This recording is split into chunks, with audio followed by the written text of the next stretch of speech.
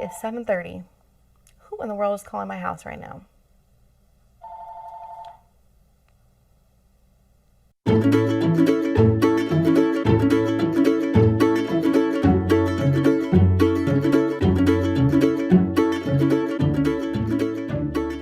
Hey Crafty Babes, Andrea back again with another Ask Andrea. So I figured that's just what we're going to call it now. So we are going to do some questions and answers. You guys have asked questions. Thank you so much for engaging on my Instagram feed and my Facebook page. I'm super excited to be able to answer some questions for you. There are so many questions about scrapbooking and the industry and making layouts and keeping it all together that I really love being able to engage with you guys this way. So we're going to get to some more questions. We have a question from J Scrap Freak. So she asked if being on a design team makes me not enjoy scrapbooking. Do I feel pressure sometimes, like it's a have to instead of a want to? And I have felt that, but I felt that before I ever got on a design team. So I always said to myself, I'm never going to be on a design team because I never want my hobby to be a job, because my husband's hobby turned into a job, and I could see just that maybe wasn't what I wanted. And then I started subscribing to Gossamer Blue, and I loved everything, and just it was very easy to work with, right? So I was already posting, layouts and tagging and using hashtags and making it known out there that I was using this kit. And, I thought to myself, well, I'm already doing this. I'm already making a ton of layouts with their stuff.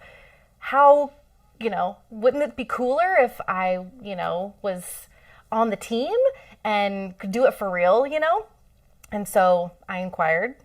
She said yes. I got on the team.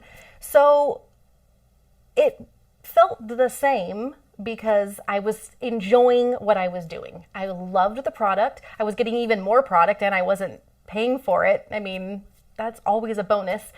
And I was still loving what I was doing. So there is obviously, you're writing a blog post, which I was already doing. You're taking nice photographs of your layouts. I was already doing that. So I thought that I, didn't want it, that it would feel like work. And then when it became work, it just felt like fun.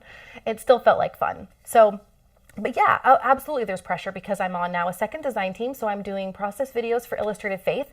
And while that requires some more preparation and more work, I really, really, really enjoy that. It is so funny that I have a really hard time making process videos of my project life. So you do not see any process videos for my actual scrapbooking because I honestly get camera fright. There is a switch that flips. As soon as I know that camera is above me recording, I feel this immense amount of pressure, like somebody's watching me, and that takes away from the freedom and the joy that I find when I'm working on a project life page. So I stopped doing that because I felt like it was just hindering how creative I could be. But there is something different when I'm doing the Illustrated Faith process videos. I feel like God's just taking care of it. He takes care of making sure I'm not nervous, and it helps me kind of with the flow, and I don't sit and ponder things too much. I let it be really natural. So that is definitely a plus.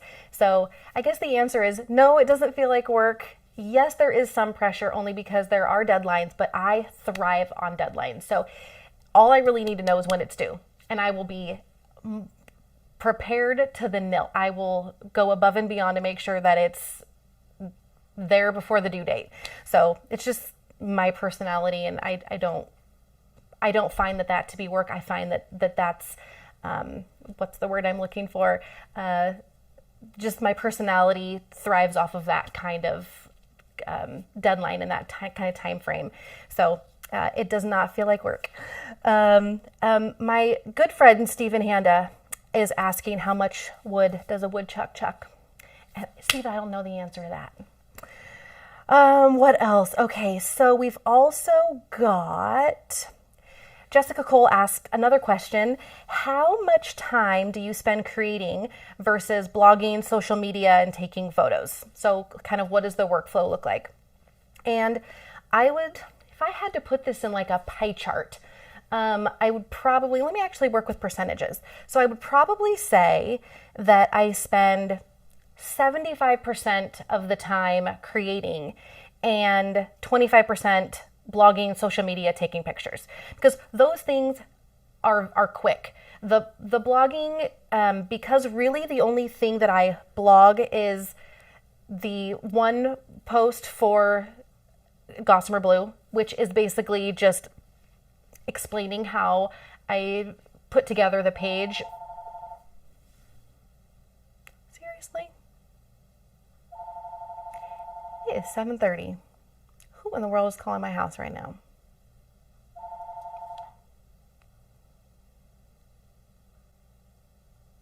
Okay, I think we're good. The creating is what I spend most of the time doing. The blogging is what does take up some time, but it's really because I'm a little bit better at explaining things with words that I've been doing it for a while. It seems to just, it's not very difficult to just write some things about how you did the project.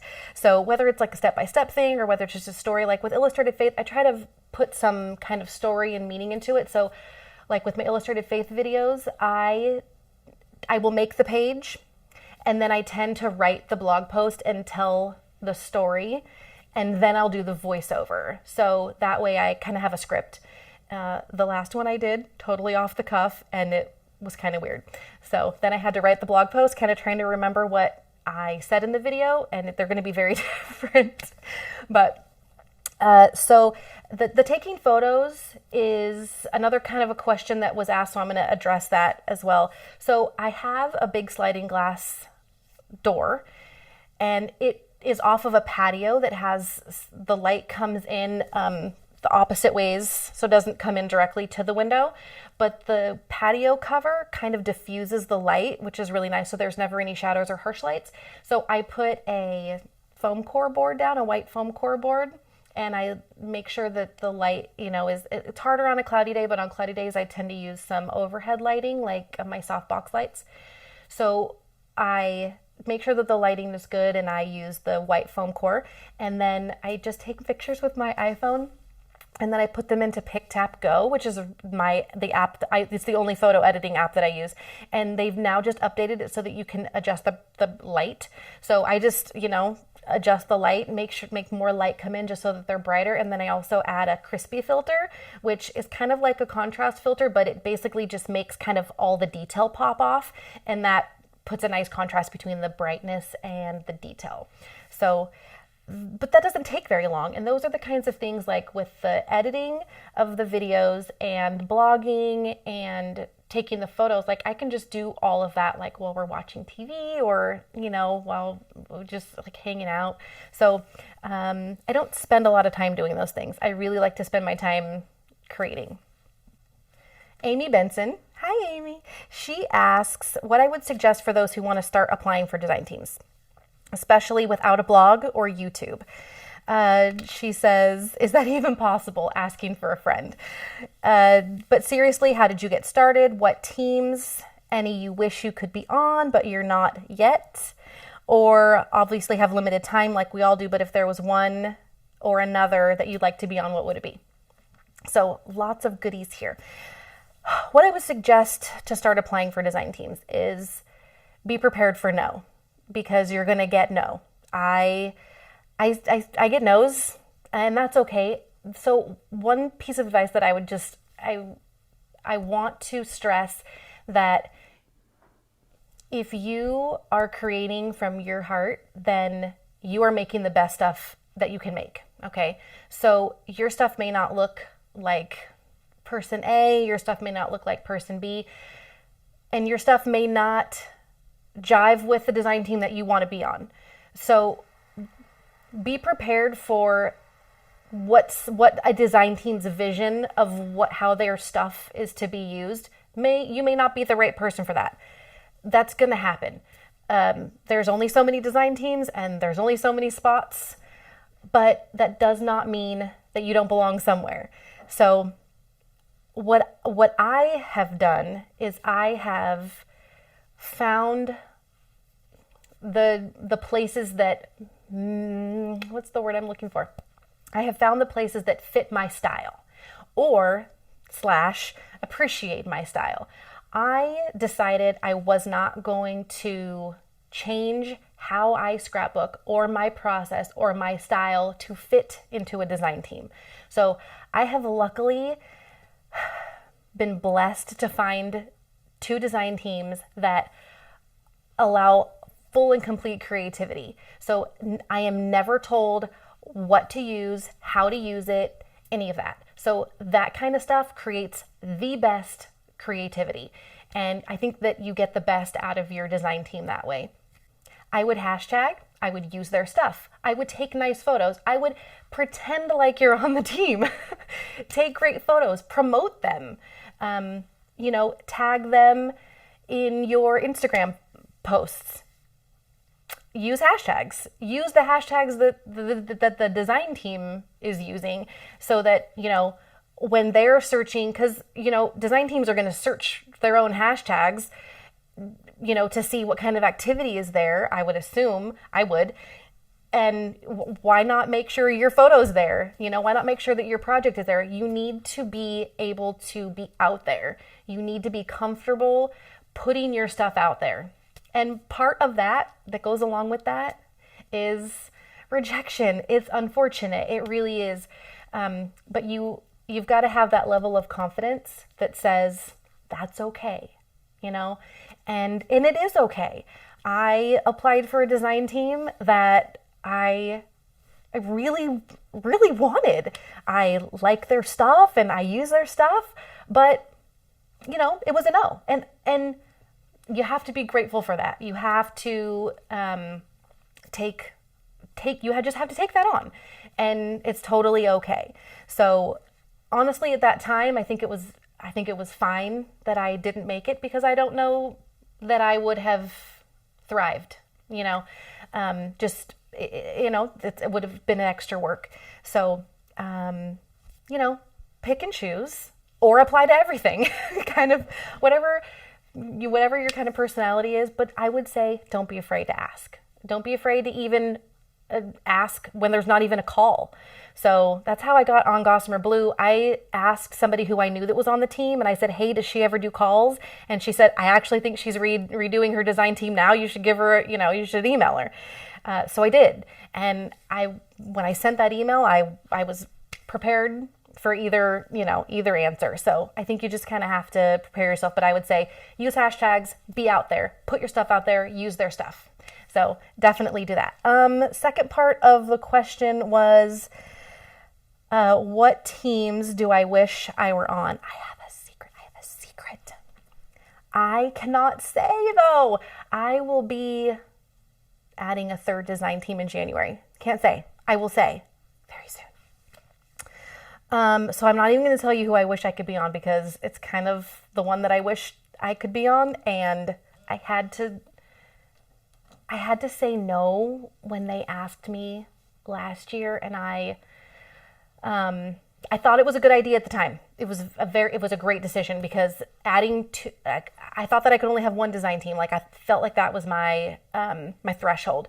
And then once I got really comfortable with the timing and the requirements of Gossamer Blue, I felt comfortable enough to add Illustrated Faith. I felt like I was completely called to do that. I felt loud whispers and lots of prayer said, you need to go for that one. And I did, and I'm really glad that I did.